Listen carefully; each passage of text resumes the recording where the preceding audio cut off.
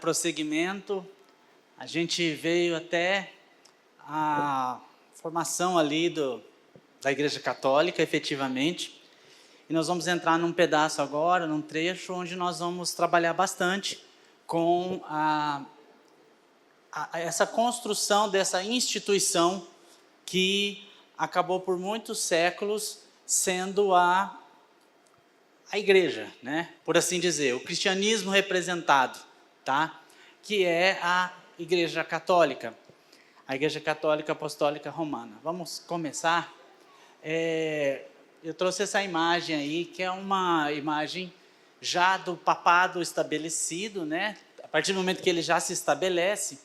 E como é que foi que isso aconteceu, né? Então a gente veio até ali 381 tal, depois a gente foi até 476 com o fim do Império Romano do Ocidente e o surgimento desse novo modelo, né? Quando o cristianismo absorveu os elementos dos bárbaros, aos símbolos e tudo mais, dentro do seu contexto, se reorganizou e tocou adiante. Como eu mencionei para vocês, pode passar, por favor? A partir do momento que termina o Império Romano, esses povos bárbaros que dominaram a região, eles tiveram uma presença curta. Foi pouco tempo. Apenas os francos é que tiveram um período mais duradouro, mais longevo, tá? Os francos com as suas dinastias, que você já deve ter lembrança lá de ter estudado na escola, os merovingios, os carolíngios, os capetingios, né? E esses últimos aí, os capetingios, do sobrenome é esse mesmo, né? São os capetos, tá? São nomes e sobrenomes franceses.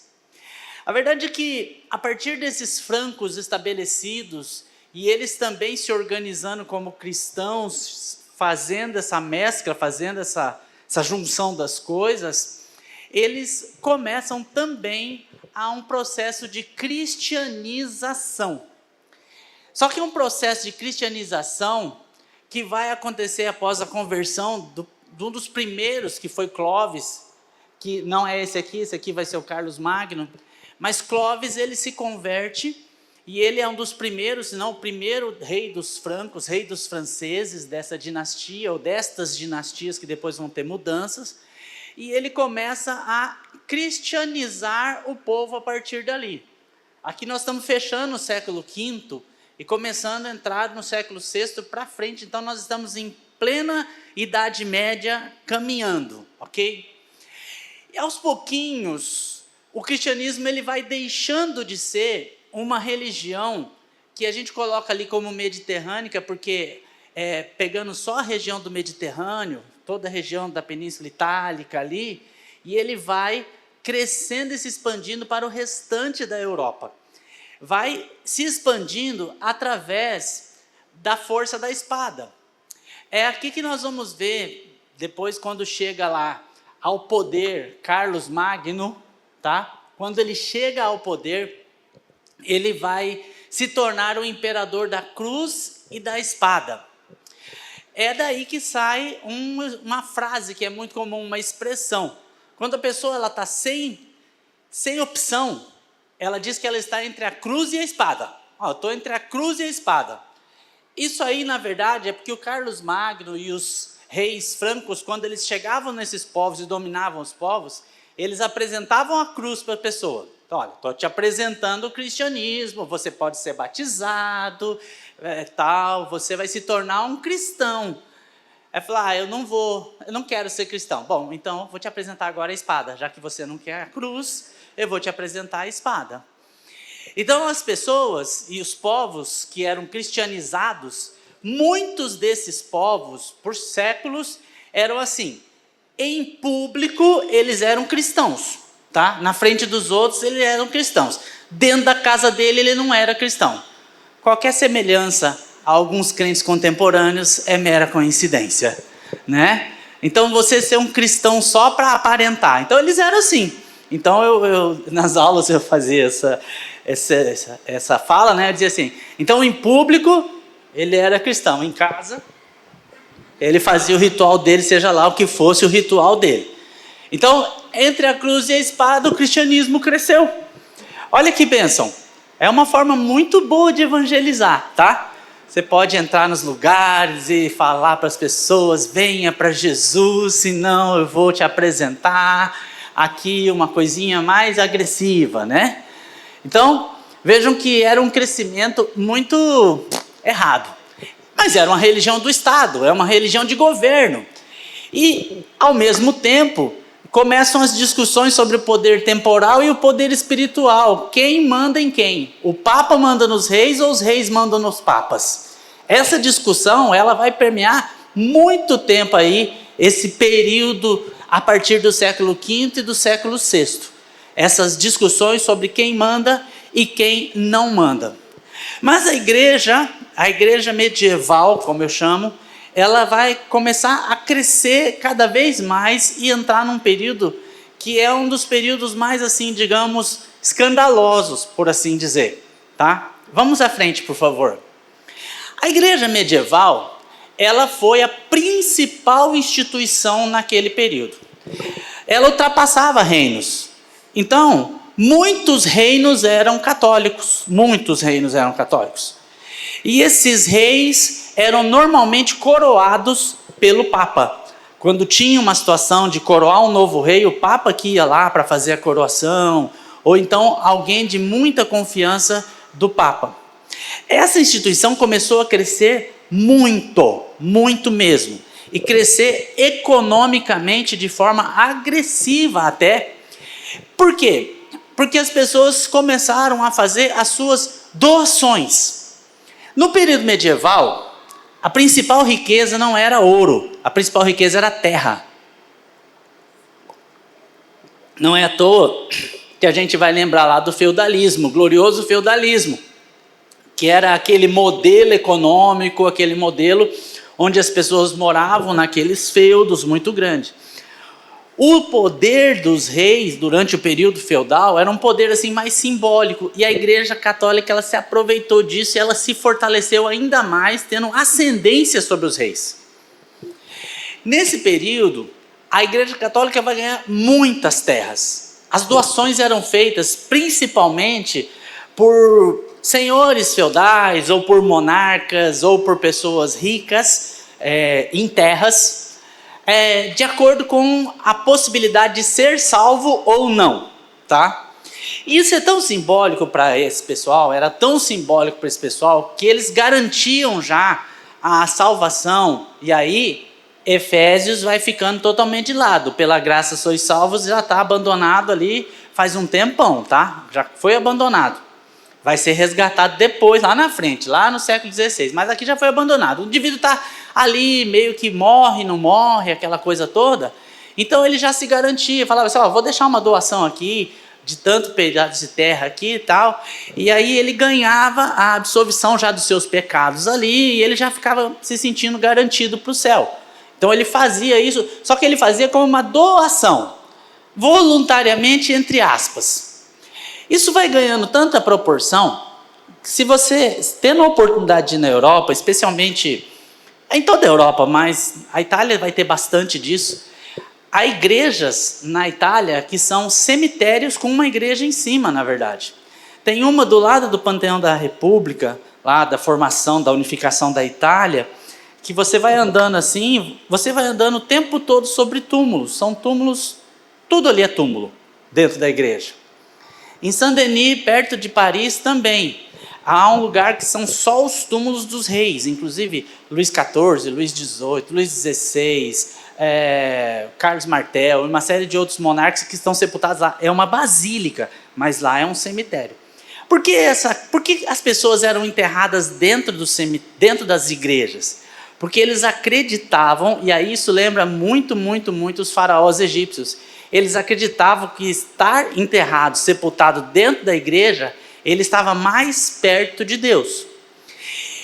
E quanto mais dinheiro ele tivesse, ele conseguia um túmulo mais perto do altar, bem mais pertinho do altar. Inclusive, tem umas coisas ali que saem, umas caixonas, que eu vi que sai ali, já dá para você encomendar o seu, entendeu? Bem pertinho do altar aqui, já se garante, tá? Já se garante ali, fica certinho, tá? Mas eles acreditavam nisso mesmo. Quanto mais perto do altar, mais perto de Deus. Efésios, fora. Pela graça, fora. Pela graça só isso. Que graça que nada. É dinheiro, é terra. Esses são os recursos financeiros. Então a igreja foi ganhando muito dinheiro, muita terra, muita riqueza, se tornando muito poderosa. E com o patrimônio da igreja crescendo muito, os líderes locais, bispos, eles também ficavam extremamente fortes, muito poderosos, eles tinham muito poder. E era tanto poder e a ideia de poder absorver a pessoa dos pecados, que começou a ter essa coisa da confissão, de perdão de pecados, essa coisa toda, era tanto esse poder, e chegou a um tal nível de descompasso, que aconteciam coisas assim, do indivíduo que tinha muito recurso, ele ia até um bispo, e ele comunicava ao bispo, e dizia assim, olha, eu vim aqui para você me absolver. Ah, qual pecado você cometeu? Não, eu ainda não cometi, eu vou matar fulano, mas eu quero que você já me absolva. Então eu já faço a doação, você já me absolve e eu já vou lá matar o fulano. Então ele já garantia o perdão antes de cometer o pecado. Nesse ponto chega a situação, você vê que é um descompasso com uma realidade assim. Então você dá um poder espiritual muito grande na mão de alguém para dominar a sua vida, para você fazer esse tipo de coisa. Ou toda essa coletânea, coisas que eram feitas para comprar a salvação ou o perdão, é isso que era as indulgências? também faz parte das indulgências. Só que as indulgências elas vão entrar de forma mais clássica na sequência a partir do momento que a igreja, ao invés de receber as doações, ela começa a cobrar das pessoas. É um movimento inverso. Então, ela vai oferecer isso como troca, como barganha, e aí entra a questão do purgatório, tá? Então, o que acontece é que, como o patrimônio foi crescendo muito na mão da igreja, esse patrimônio precisava ser salvaguardado, precisava ser preservado. Alguém perguntou sobre por que os padres e as freiras não casam, tá aqui a pergunta. Na origem, era por isso, para você salvaguardar o patrimônio da igreja. Então, a partir do século XI, especialmente, tem algumas bulas papais obrigando ao celibato. O celibato é o não casamento, você não ter envolvimento. Só que era assim, era um celibato, eu vou mostrar para vocês a diferença do clero regular para o clero secular. Era um celibato que os padres mais simples, os monges, os freis, os pobres, de modo geral, eles obedeciam. Porque, na verdade, na linha de cima aqui, os cardeais eram riquíssimos, tinham um monte de mulher, viviam na gandaia, aprontavam um monte. E quando eu chegar nos papas ali, eu vou comentar alguns desses papas para você ver a que ponto ia a distância entre o discurso e a verdade.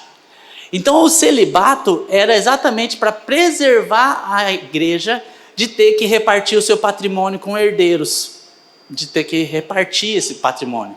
Então por isso que eles não casavam. Aí vem toda aquela coisa. É possível usar a Bíblia para muitas coisas.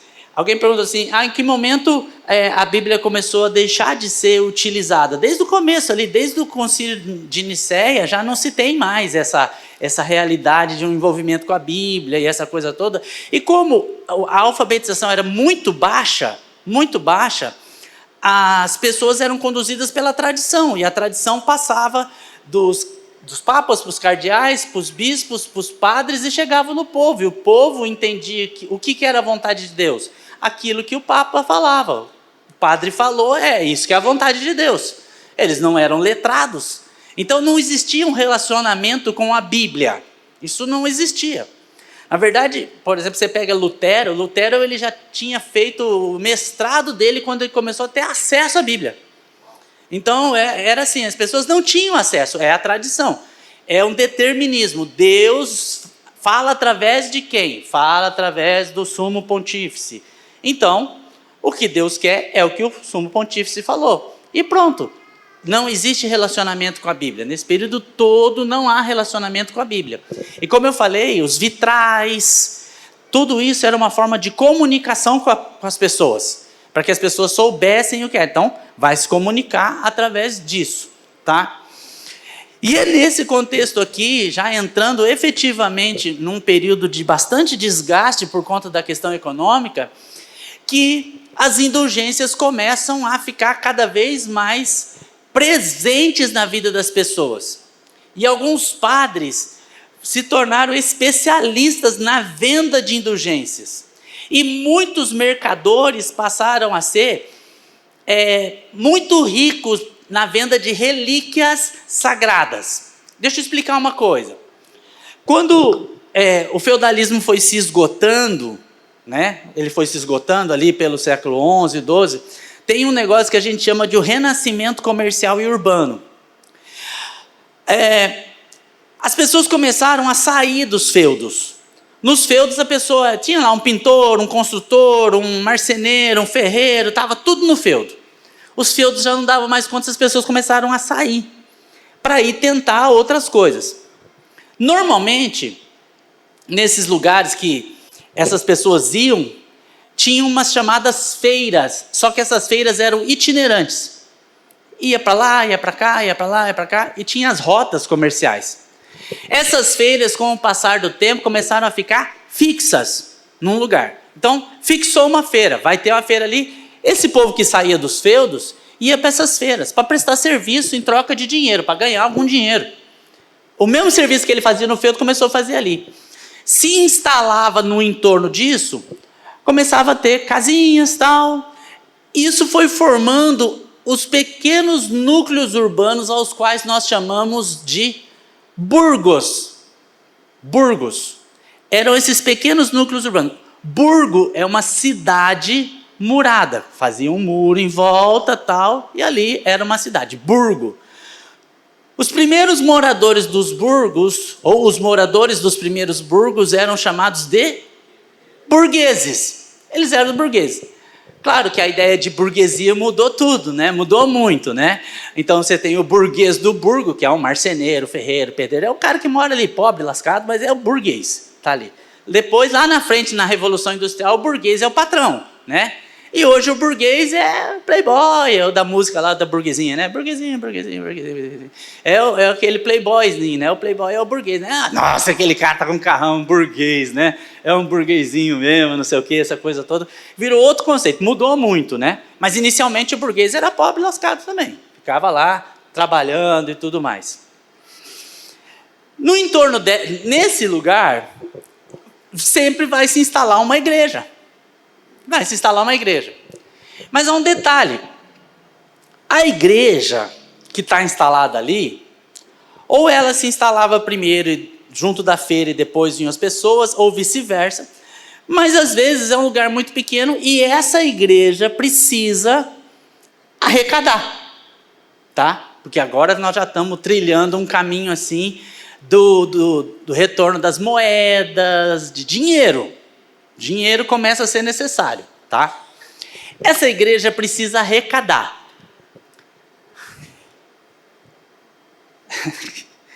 Para arrecadar, ela precisa fazer algo para atrair as pessoas. Tá bom? Até aqui tá tudo certo, né? Tá tudo certo. Você precisa atrair pessoas para ampliar a arrecadação dessa igreja, para ela crescer. E isso vai ser uma troca, porque se ela cresce, se ela arrecada mais, o comércio arrecada mais, tudo gira em torno ali desse contexto. Então o que eles falavam assim, olha, a gente precisa de alguma coisa aqui que vai atrair essas pessoas. Não é o discurso do padre, porque a liturgia é igual em todo lugar, isso não vai trazer pessoas. O que eles faziam?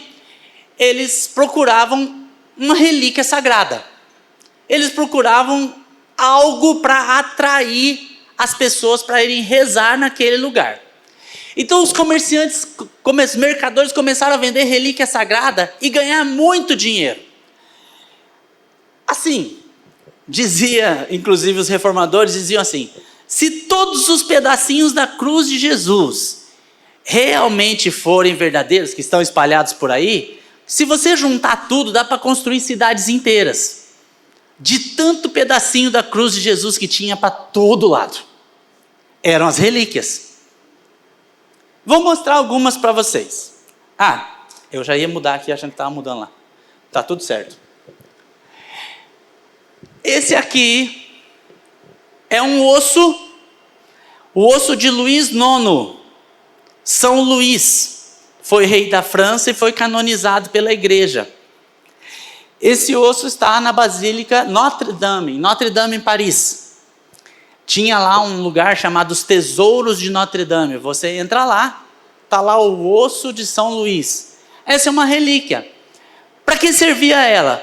Para que as pessoas ficassem inspiradas até lá para rezar diante dessa relíquia, para pedir um milagre diante dessa relíquia e tudo mais. Até hoje existe, por exemplo, o caminho de Santiago de Compostela. É um caminho que eu ainda não fiz, vou fazer, acho que deve ser muito legal de fazer, a experiência e tal, e rezar diante dos olhos. Não, essa é brincadeira, tá? Eu não vou fazer isso não. Mas é a jornada em si que é muito legal. Essa jornada deve ser muito legal, de fato. Mas por quê? Em algum momento, eles descobriram os restos mortais de São Tiago nesse lugar. Então ali, daí claro, se você tem uma relíquia no lugar, constrói-se uma basílica. Ou então você tem uma basílica e você precisa atrair uma relíquia para lá, comprar uma relíquia. Como as pessoas eram atraídas pelas relíquias, elas iam lá para rezar e a igreja arrecadava, tá? A igreja vai arrecadar com isso. Nós temos outras tantas relíquias que são relevantes também dentro desse período, que eu vou mostrar posteriormente quando eu for falar sobre a reforma protestante em si, tá bom? Então esse aqui é só um exemplo das relíquias, mas tem muita relíquia até os dias de hoje, tá? Até os dias de hoje tem muitas relíquias espalhadas por vários lugares, por várias igrejas católicas no mundo. E ainda hoje há muitas igrejas católicas que são verdadeiros cemitérios lá dentro. Não se sepulta mais pessoas dentro das igrejas católicas por uma questão do movimento higienista que vai surgir na França, que vai entender que a morte pode representar um problema para a saúde das pessoas. Porque você imagina, aqueles lugares que não eram muito bem cuidados, muito bem tratados, e é uma igreja, o pessoal está ali rezando, e tem um túmulo aqui, um túmulo acolá, era uma coisa problemática para a saúde das pessoas, tá? Mas vamos lá. Nesse período medieval, pode ir adiante, por favor? Não é que não existia conhecimento. Os renascentistas é que falaram assim: a Idade Média não tinha conhecimento. Não, não é verdade. Tinha muito conhecimento, tinha muita mudança. Durante a Idade Média houve uma revolução na agricultura, uma transformação gigante na agricultura com coisas que são muito elementares hoje para nós, mas que aumentou muito a produção de alimentos, tá? O que acontecia é que o conhecimento não é que ele não existia, ele estava sob um monopólio. Quem detinha o monopólio do conhecimento era a Igreja Católica. Ela que tinha tudo na mão. Então isso não era espalhado. Então, aqui é uma imagem de um monge copista. Esses monges copistas, eles ficavam horas e horas e horas fazendo ali as reescritas dos textos, desde os textos dos filósofos gregos da antiguidade. Desde Platão, Aristóteles e todos aqueles textos, eles é que faziam essas cópias. E as bibliotecas das igrejas e principalmente as bibliotecas dos monastérios eram bibliotecas riquíssimas de conhecimento. riquíssimas. Me fizeram uma pergunta aqui, se existiam segredos dentro dos mosteiros, né? Então diz assim, os mosteiros escondiam informações sobre a verdade? Eu não diria que escondiam, eles não compartilhavam. É a mesma coisa, mais ou menos. Eles é que sabiam ler e escrever e tal, e o conhecimento estava nas mãos deles. E dá para ter uma noção bem legal dessa questão dos copistas e tudo mais, se você assistir aquele filme O Nome da Rosa, que é a partir de um livro do Humberto Eco, O Nome da Rosa, que vai mostrar muito bem isso. Assim como vai mostrar também a formação e as disputas que existiam entre as irmandades, entre os grupos, assim, que são os diferentes núcleos dentro da Igreja Católica. Os católicos costumam, até hoje, dizer que nós, cristãos evangélicos, somos muito divididos. A gente tem as nossas divisões. Temos as nossas divisões. São igrejas diferentes, é evidente, né? Um batista, de presbiteriano, de... É viderense ou é videriano? Viderense? Os videira... Cada um tem o seu jeito. Ok, é verdade. Temos muitas divisões nesse sentido. Servimos ao mesmo Deus, tal. Aí tem muita gente que fala assim, não, no céu não vai ter placa. Amém, não vai ter placa. Mas aqui tem, e está tudo certo. Então, vamos levando aí como o Senhor tem nos permitido. Não, mas a Igreja Católica una, indivisível, não sei o quê. Ok, ela é vertical mesmo, mas ela é dividida num monte de irmandades. Então, você vai ter os jesuítas, maristas, franciscanos, dominicanos, beneditinos, claretianos, e aí vai. E cada uma dessas irmandades, cada uma desses grupos, eles têm a sua linha de raciocínio e de pensamento também. E eles não têm exatamente uma facilidade de trabalhar um com o outro. Eles são diferentes entre si, muito diferentes entre si. Mas estão todos debaixo do mesmo guarda-chuva, isso está certo, tá? Então, por conta dessa informação, desses textos, desse conhecimento estar todo nas mãos da Igreja Católica, é óbvio que a Igreja Católica é quem determinava todas as práticas e os costumes. Tudo é determinado por lá. As pessoas eram acostumadas a ser mantidas debaixo de um jugo, por assim dizer, porque elas estavam debaixo desse jugo. E como é que funcionava na prática a organização desse jugo e desse clero? Essa igreja vai ter 2 modelos de clero. Um clero, que é o clero que nós chamamos de clero regular.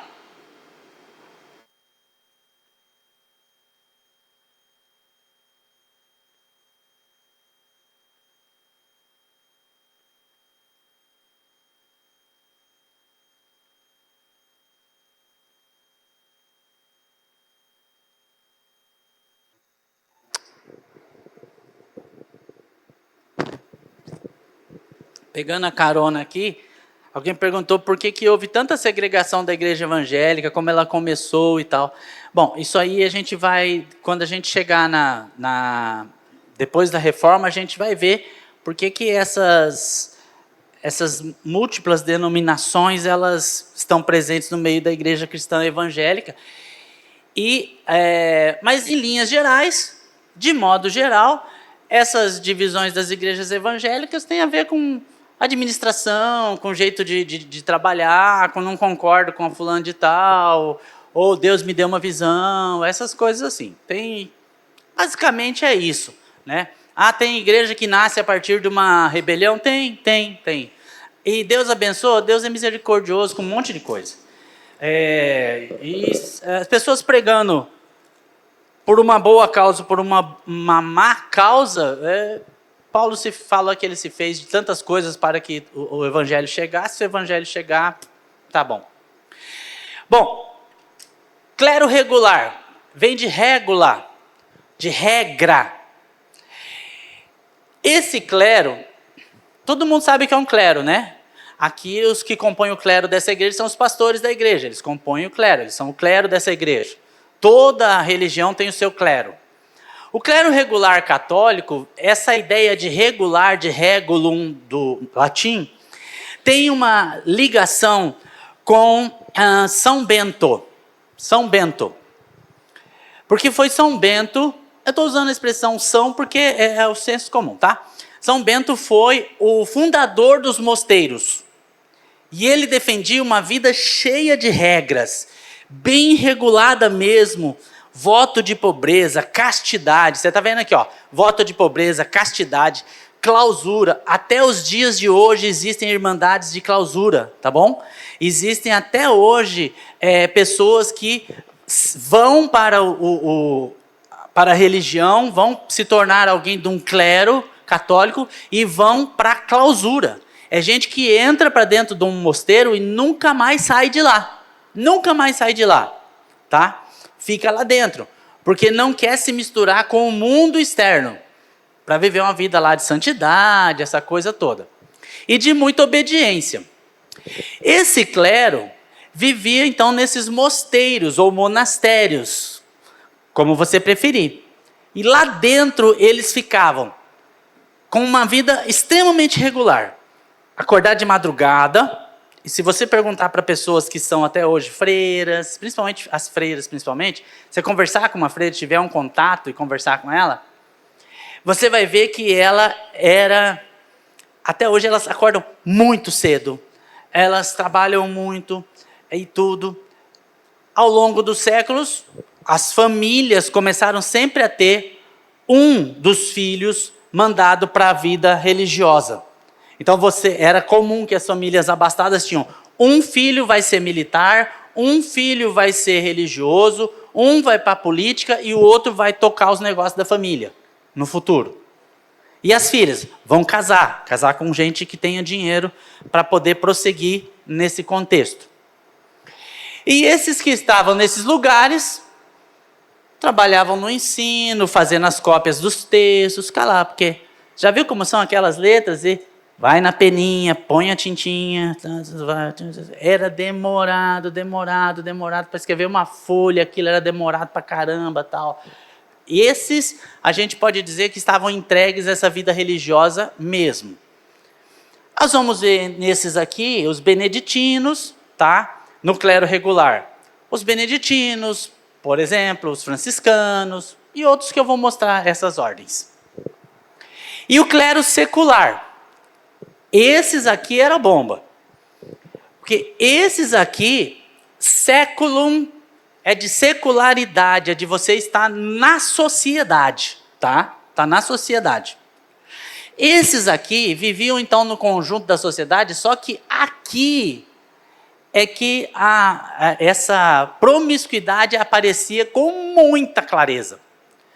Porque eles viviam na luxúria, não é luxo, é luxúria, tá? Ou seja, eles viviam na promiscuidade. Era muito comum, os cardeais viviam em palácios, tinham muitos empregados, com muitas mulheres, quando quisesse, e era normal. As pessoas sabiam disso. Não era assim, que escândalo, cardeal tal. Não, ele está lá com a esposa, com a amante, com todo mundo lá. Está tudo certo, tá? Porque era uma política lascada. Tinham contato com a realeza, tal. Tinham muita riqueza e ostentação. E dentro desse contexto, a gente vai ver aqui. Os cardeais, os papas, claro. Papas. Os cardeais, porque na sequência hierárquica é o Papa, na sequência vem os cardeais, que compõem o tal do colégio cardinalício. Esses cardeais, vários cardeais eram filhos de famílias nobres e vários cardeais eram filhos de papas. O Papa dava uma mitra de cardeal para ele. Ele passava a usar a púrpura, a roupa púrpura que eles falavam, tá? Então eram filhos de papas que iam ali montando, e alguns papas colocavam filhos no colégio de cardeais para que ele, papa, conseguisse mais coisas, porque daí se ele tivesse que aprovar alguma coisa entre os cardeais, ele tinha os votos favoráveis dos filhos, para ele, tá? Esses cardeais tinham debaixo deles bispos que estavam mais próximos ainda das pessoas e que eram extremamente ricos e poderosos, que mandavam muito, tá? E, claro, você vai ter os abades. O abade é como se fosse um diretor do seminário, tá? Uma abadia era o lugar de formação dos padres. Então é como se fosse um seminário. Então o abade é o chefe dessa abadia. Esses abades também tinham muito poder e recursos. E aprontavam o quanto quisessem, tá? A diferença de bispo para arcebispo é só o tamanho do lugar que ele é líder, da regional dele, tá? Então, um bispo cuida de uma diocese. O arcebispo cuida de uma arquidiocese, tá? Nem todo arcebispo ou bispo, né, aliás, nem todo arcebispo vai ser cardeal, mas alguns cardeais são cardeais arcebispo, que ele tem todo manda muito nesse contexto da Igreja Católica. Esses eram os cleros, os dois cleros que a gente entendia. É próximo do que tem hoje? Em termos de organização, sim. Em termos de comportamento, não. Pelo menos é o que se espera, tá? É o que se espera. Os papas, nesse período aqui, o papa tinha exército. Existiam os exércitos papais, tá? Existia aqui as terras que eram os domínios pontifícios, que era o território da Igreja Católica. Então a Igreja Católica tinha território próprio, tinha exército, fazia guerra com o reino para dominar outro território, organizava as coisas através da política para conseguir mais territórios. Era desse jeito, tá? Era assim que funcionava. Hoje não. Hoje o Vaticano, ele é um país, tá? Mas só vai ser resolvido em 1929, uma treta por conta da unificação da Itália, tá?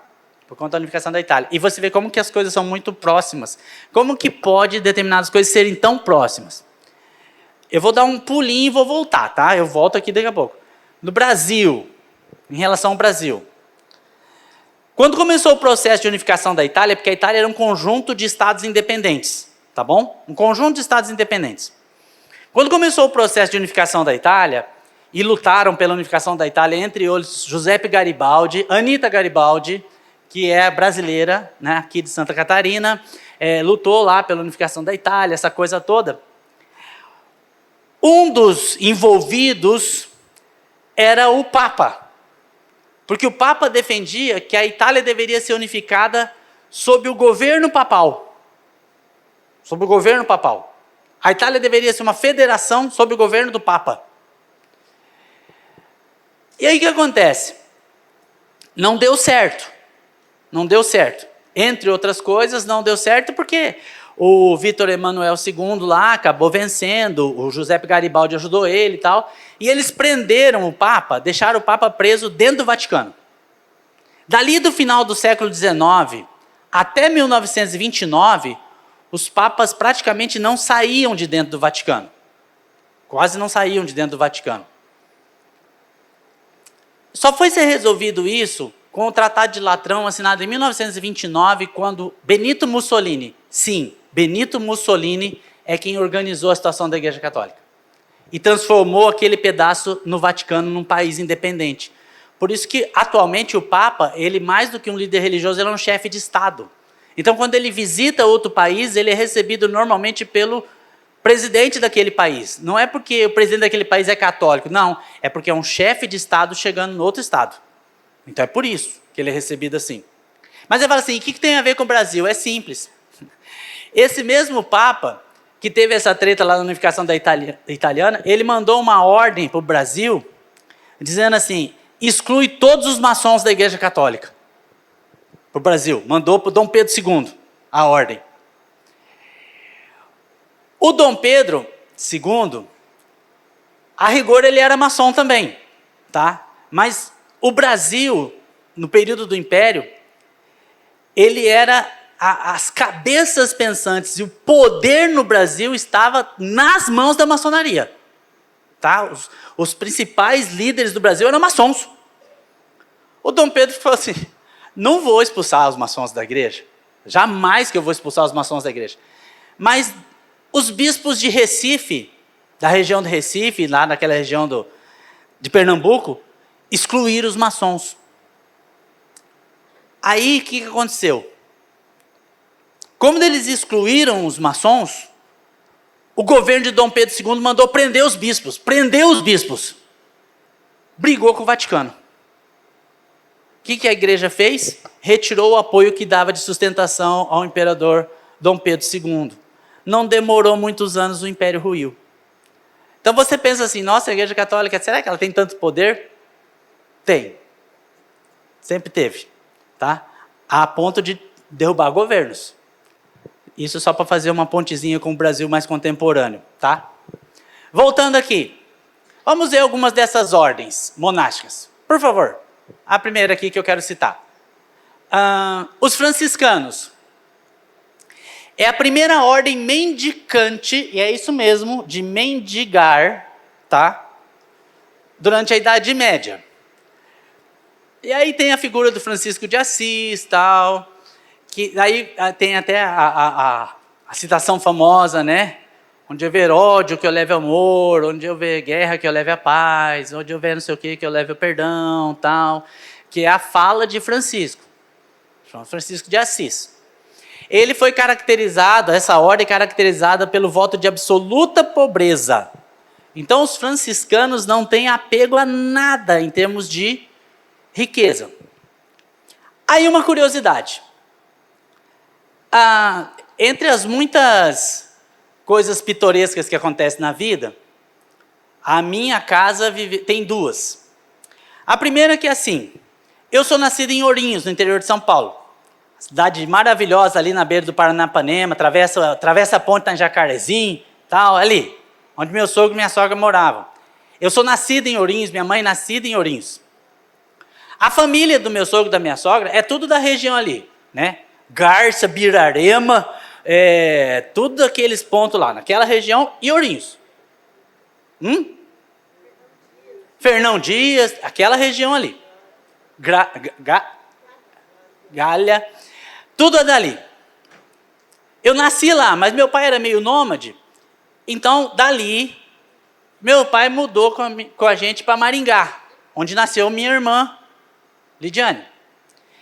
Mas na infância, direto a gente ia para Ourinhos, para a casa da minha tia, visitar minha avó, e a gente brincava ali, tudo ali num lugar chamado Jardim Paulista, bem perto de onde meu sogro morava. A gente brincava ali e tal, criança. Era o mesmo lugar onde eles passavam férias. Então, provavelmente na infância, eu e Raquel, talvez eu e a Tânia, a gente pode ter se trombado na infância lá em Ourinhos, pode até ter brincado junto. E está tudo bem. Passados muitos anos, não muitos, passados alguns anos, meu pai, que era nômade, resolveu mudar para Cuiabá, no Mato Grosso. E o meu sogro foi se aventurar a trabalhar também na região, mudou para Cuiabá também. E lá eu conheci Raquel, na igreja. Então a gente era de Ourinhos, provavelmente brincamos junto ali, e a gente se conheceu ali. São aqueles imponderáveis da vida, que é Deus, na verdade, quem faz essas coisas acontecerem com a gente, né? Meu filho vai fazer 30 anos, nosso filho Vinícius vai fazer 30 anos. Ele foi estudar na Alemanha, certo? E lá ele estudou e ele conseguiu o diploma dele. O diploma dele chama Júlia.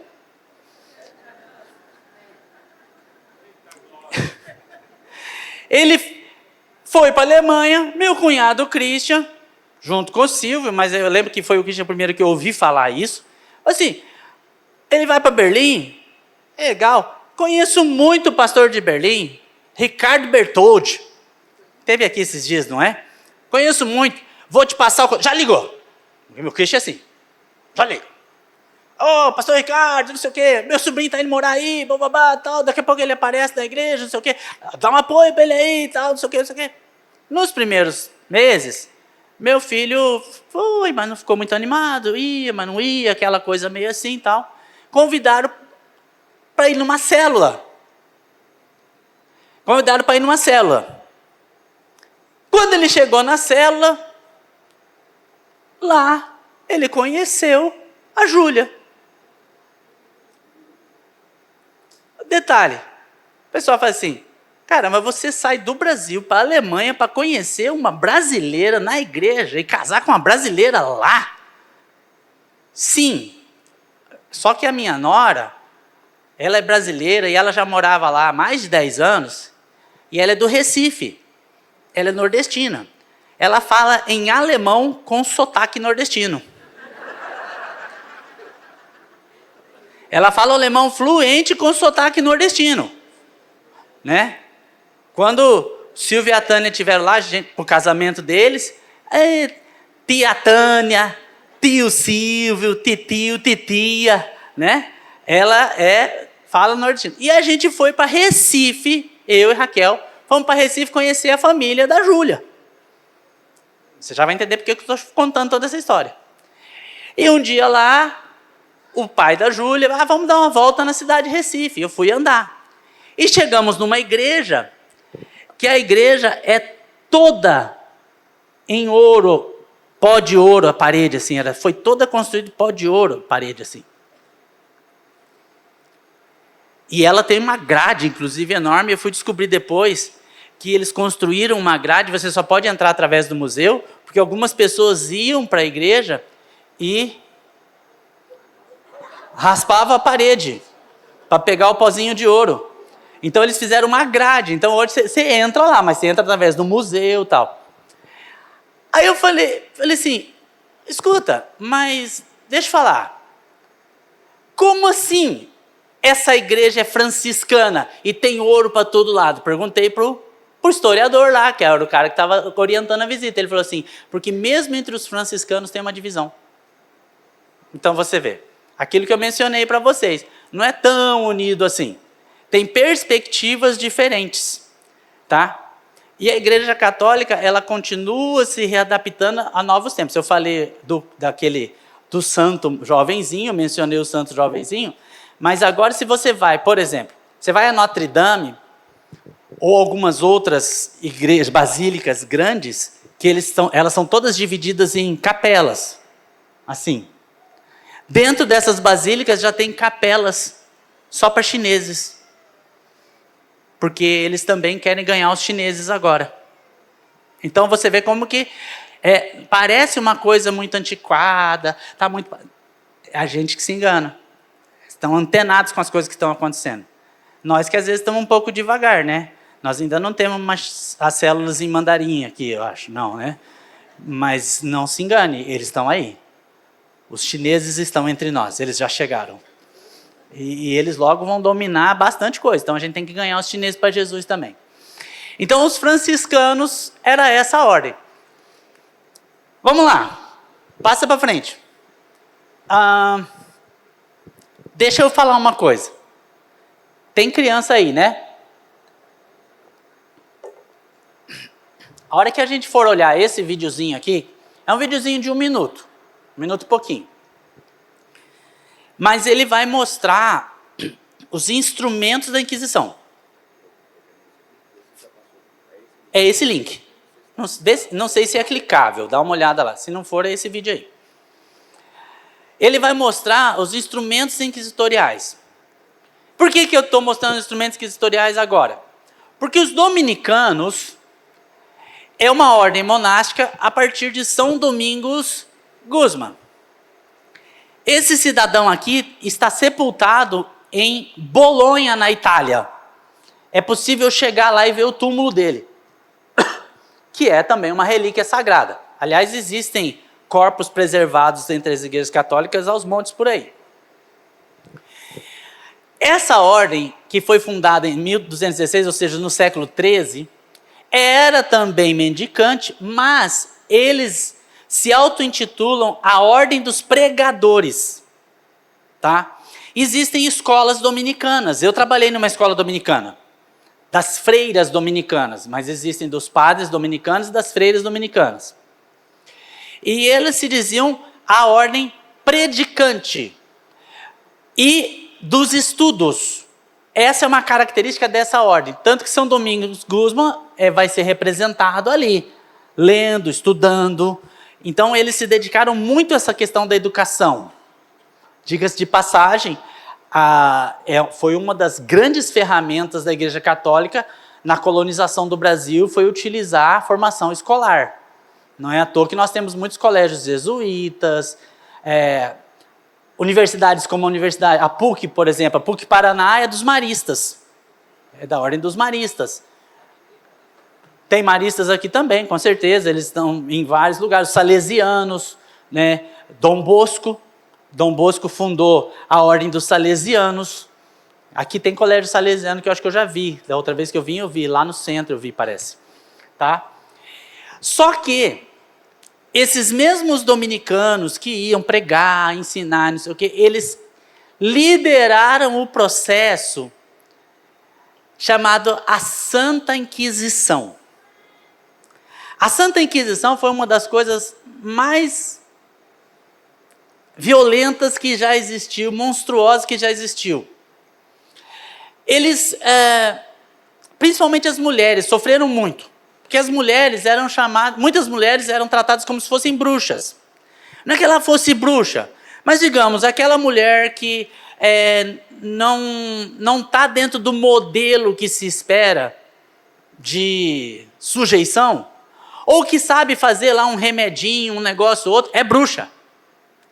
Mas muitas delas foram condenadas à fogueira e a tantas coisas porque simplesmente não fizeram o que determinado homem mandou ela fazer. Como ela desobedeceu, ela é bruxa. E ela era condenada. E os tribunais da chamada Santa Inquisição mataram muita gente, principalmente na Espanha. A Espanha foi um dos lugares que mais matou gente na Inquisição, porque os dominicanos também têm essa origem ali. Então, por que eu perguntei de criança? Porque não vai ter cena feia e tal, mas esses instrumentos são feios e eu vou mostrar e explicar alguns deles aqui com brevidade, tá? E aí a gente vai passando, daí eu vou falando assim, para aqui que eu quero explicar esse e tal, eu vou explicando aqueles que eu também, porque alguns não precisa nem explicar, porque é muito feio. Eu acho que daí você apaga aqui, né, para passar o vídeo, por favor? Faz favor, então.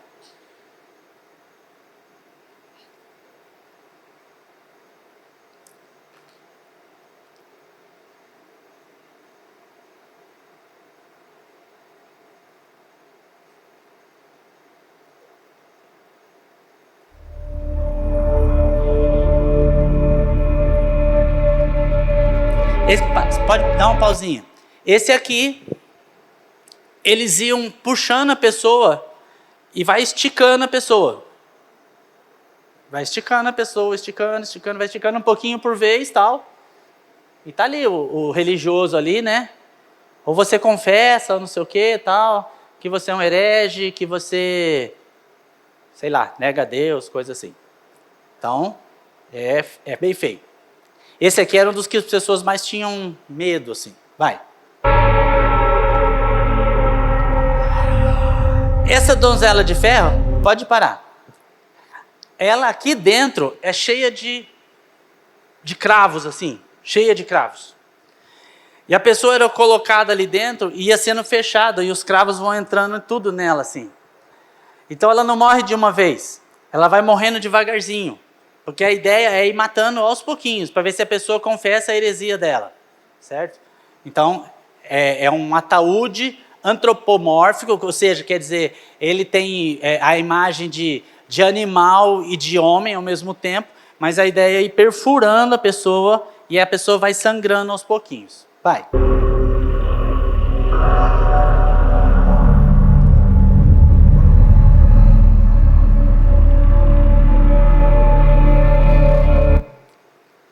Essa aqui, a cabeça da pessoa é colocada ali e vai sendo prensado o crânio da pessoa. Então vai quebrando aos poucos, vai prensando e vai quebrar, porque isso aqui quebra, é osso, mas quebra. Vai quebrando a cabeça da pessoa até, né? Então é terrível, né? Vai destruindo o crânio, paulatinamente. Beleza, pode continuar.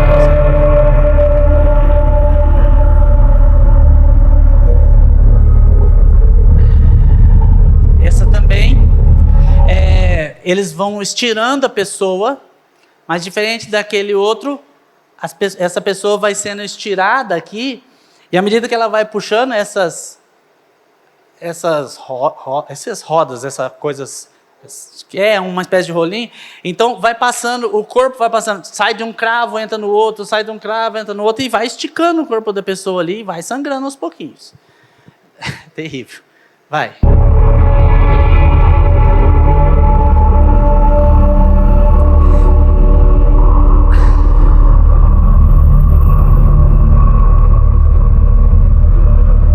Volta um pouquinho, desculpa, eu achei que dava.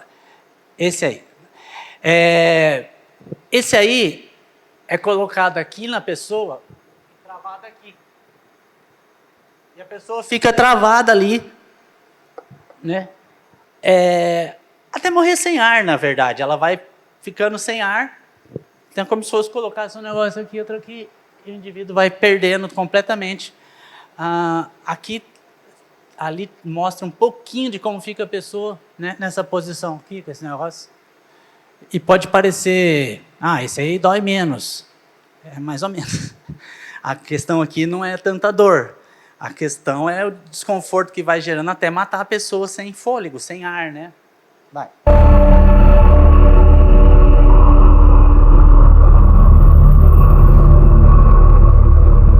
Impede de baixar a cabeça. Beleza. Esse aqui também é uma roda. Amarra o braço da pessoa aqui, a perna lá embaixo, e vai girando, de tal modo que gira uma para um lado, outra para o outro, e vai esticando a pessoa também, até matar. Vai triturando.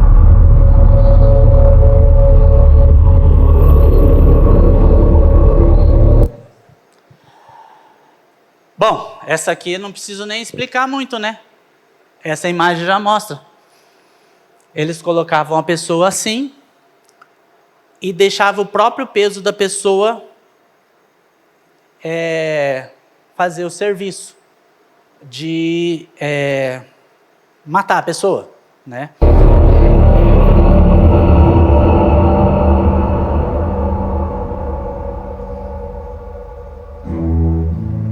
Tem muitas outras. Tinha alguns instrumentos que... Porque assim, é difícil achar vídeos não tão agressivos em relação a isso, sabe? Mas, por exemplo, existiam instrumentos que eram chamados de esmaga-seio. Não preciso nem explicar o que é, mas a ideia é... trituradores de dedo aos montes, tinham muitos. Enfim, esse modelo de tortura, né? Além das fogueiras, de mandar as pessoas para a fogueira que tinha os montes, as pessoas eram mandadas às fogueiras aos montes. E eram incendiadas. Outra forma que eles faziam também, eles costumavam amarrar pedras muito pesadas nos pés das pessoas e jogar dentro da água para a pessoa morrer lá dentro, afogada. E assim vai adiante um monte de coisa desse jeito de ser, né? Vai lá, por favor. Os beneditinos, São Bento de Núrcia, ele é o patriarca dos monges do Ocidente, como eu falei, ele é quem vai fazer surgir a ideia dos monastérios. Ele tinha uma irmã gêmea, que era a escolástica, tá? E o Bento é que vai trazer essa ideia de clausura, de regra, de você ser muito, apegado a estar preso a um monte de coisas para você ser santo, tá? Pode ir adiante. Então, os modelos de clausura, aqui é mais ou menos como seria um desses monastérios, lugar onde eles ficavam, esses padres. Podemos. E tudo isso, pode adiante, vai nos conduzir a entender essa instituição poderosa chamada o papado. E é minha última parte aqui desta nossa sessão. Pode ir adiante, por favor? O papado, ele vai se estabelecer entre os séculos 4 e 5, onde o bispo de Roma passa a exercer a soberania e a supremacia sobre os demais, né? Claro que eles falam que era para poder centralizar, porque ficava mais fácil administrativamente e tudo mais. E aí nós tivemos, acho que são 200 de papas já, que já houve. Vamos adiante. Como é que esse indivíduo ele é escolhido? Desde aquela época, a escolha desse papa passa pela ideia de que o Espírito Santo vai se manifestar no conclave. A palavra conclave significa conchave, trancado. Clave, chave, tá? E esse cidadão, quando ele é indicado e ele se torna papa, ele interpreta que a partir daquele momento ele tem uma nova existência. Ele tem um novo nascer. Ele é uma nova pessoa. Então, por isso, ele escolhe um novo nome. É por isso que eles escolhem um novo nome. E essa escolha de um novo nome indica os rumos desse pontificado. Vou explicar alguns deles para vocês, mais contemporâneos, para ficar isso mais claro, tá? Vamos olhar o João Paulo II. Quem era vivo aí quando era João Paulo II o Papa ainda? Quem lembra dele? Lembra dele, né? Ele chegou ali ao papado, acho que 78, se eu não me engano. Ele substituiu João Paulo I. João Paulo I foi papa por 33 dias. Formalmente, oficialmente, ele morreu porque ele teve um problema de coração, mas tem lá umas teorias da conspiração. Tá? O Papa João Paulo I, que era o Albino Luciani, era chamado de Papa Sorriso. Ele era, assim, muito bonzinho, tal, essa coisa toda. Ele era muito simples, começou a eliminar algumas regalias, começou a tirar algumas coisas que eram só de ostentação, tal, durou 33 dias. Pela primeira vez, depois de muito tempo, sobe ao trono papal alguém que não era italiano. Karol Wojtyła, João Paulo II. Ele era razoavelmente novo quando ele se torna papa, ele era atleta, ele era bem saudável assim e tal. E ele foi um papa extremamente ativo no período ali, que era um período ainda de Guerra Fria, tal, né, que era um período especialmente da União Soviética. Muito se fala de que ele ajudou a derrubar a União Soviética, tá? Que foi o fim da União Soviética, foi ali em 1989. João Paulo II, ele foi canonizado depois. O túmulo dele está na Basílica de São Pedro. Assim, fácil acesso. A maioria dos túmulos dos papas estão no subsolo, inclusive do Albino Luciani. Mas João Paulo II está lá. Ele tem uma capela porque ele foi canonizado. Então, por que ele escolheu João Paulo II? João era o apóstolo do quê? Do amor. E Paulo? Não. O que Paulo mais fez, que a gente tem um mapinha em todas as viagens missionárias? Paulo era um missionário, viajava. João Paulo II foi um dos papas que mais viajou em toda a história do papado. Ele esteve em vários... No Brasil, acho que foram 2 vezes, se eu não me engano. Ele esteve em tudo quanto é lugar, viajou.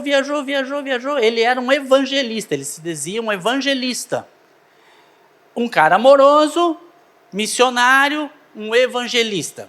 Ele fez essa escolha pelo nome, ok? Depois que o João Paulo II morreu, Tem aquela história, ele tomou um tiro, tá? Pois não. Ele pediu perdão pela Inquisição? Teve um pedido de perdão pela Inquisição, teve. Eu acredito que, se eu não estou enganado, foi ele mesmo quem fez isso. Eles reconhecem isso. Eu uma vez estive numa palestra do Frei Beto. O Frei Beto, ele é dominicano. E ele fez questão de mencionar assim, nós tivemos uma página errada da nossa história como dominicanos e não sei o quê, não sei o quê. Eles não têm orgulho disso. Tá? Eles não têm orgulho de toda a maldade, de todos os milhões que eles mataram em nome de Deus. Alguém até perguntou das cruzadas, eu saltei as cruzadas, porque não dá tempo de falar das cruzadas, tá? Mas as cruzadas também foram terríveis, também em nome de Deus, de tomar Jerusalém, essa coisa toda, enfim. Depois que morreu João Paulo II, vocês lembram quem foi o Papa? Bento XVI. O Ratzinger, um alemão, foi Papa. Quando ele escolheu o nome Bento, o que vocês acham que ele queria para o pontificado dele ao escolher o nome Bento? Leis, regras, ser um papa mais recluso, mais dedicado a coisas internas do papado, essa coisa toda. E ele foi exatamente assim. Você olhava para ele e você via que ele não era exatamente uma figura muito simpática, né? Ele tinha uma cara bravinha lá. E algumas coisas eu fico pensando que esses indivíduos, quando ele esteve em Auschwitz, porque o Ratzinger, o Bento XVI, ele foi em Auschwitz, visitar Auschwitz. Ele é alemão, foi visitar Auschwitz, na Polônia. E todos nós sabemos o terror que foi Auschwitz. E ele colocou a mão assim e ele começou a fazer uma reza lá. E na reza dele, porque tem tudo, todo mundo fica catalogando o que o cara está falando, ele falou assim, onde estava Deus? E ele foi duramente criticado pelos católicos, tal, essa coisa toda. Como que ele fala uma coisa dessa, não sei o quê? Eu achei que ele foi espontâneo, eu achei que ele fez um desabafo ali e tal, tá tudo certo. Depois que ele morreu, quem entrou? Entrou um argentino para desespero dos brasileiros, né? Todos os brasileiros achavam que ia entrar um brasileiro, porque tinha uns brasileiros ali que estavam na boca para entrar, né? E o Brasil é o maior país católico do mundo. Entrou um argentino, Jorge Bergoglio, e ele escolheu o nome Francisco. E como é que foi o rumo que ele adotou, que ele adotou no caminho dele, aquela coisa toda? Tirar toda a ostentação, tirar aquelas coisas de ouro, colocar de latão. Ele não fazia as refeições separado do pessoal, ele fazia as refeições junto com a galera. Ele não ficava indo lá num palácio que tem lá dos papas, que ficam separados. Ele não gostava de ficar lá, ele ficava dentro do Vaticano, essa coisa toda. Era o jeitão dele. Foi chamado de comunista, de esquerdista, de não sei o quê. Xingaram o homem um monte, né? De um monte de coisa. Mas o nome dele é o rumo que ele quis adotar. E ele tinha mesmo esse discurso disso. O atual chama Leão XIV. Não é Leão Lion. É Leão Léo. Tá? É Léo. Ou Leon, de Leonardo. Leão XIV. Aí você fala assim, o que é que o Leão XIV, por que ele escolheu o Leão XIV? Bom, ele é norte-americano, mas ele estava no Peru. Ele fazia missões na América do Sul. E se você observar, o último papa com o nome de Leão foi o Leão XIII. E o Leão XIII foi o papa durante o período da Revolução Industrial. Quando surgiu toda aquela coisa da exploração, 16 horas de trabalho por dia, salário baixo, não sei o quê, e foi quando surgiram as doutrinas sociais do século XIX, o anarquismo, socialismo utópico, socialismo científico, essa coisa toda. E o Leão XIII, ele criou a chamada doutrina social da igreja, para que a igreja se posicionasse em favor dos mais pobres.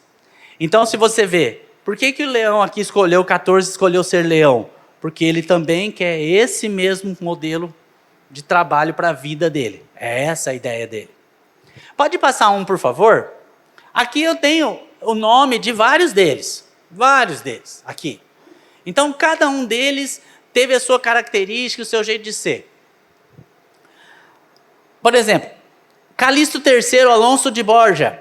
Ele era um espanhol, tá? Ele vai ser, depois ele vai ter um sobrinho dele que vai ser também Papa, Rodrigo Borgia. Esse aqui, de 1492, que é o ano do descobrimento da América, até 1503, chamado de Alexandre VI. Esse aqui foi o pior de todos. Esse cidadão, ele era tão podre, ele tinha 3 filhos oficialmente. Um filho, João, era o chefe da guarda papal, dos exércitos do Papa. O outro filho, que me fugiu o nome agora, era cardeal. E ele tinha uma filha chamada Lucrécia. Esses 3 filhos eram filhos da esposa dele. A Lucrécia, ele usou ela em 3 negociações de casamento para adquirir propriedades. Em 3.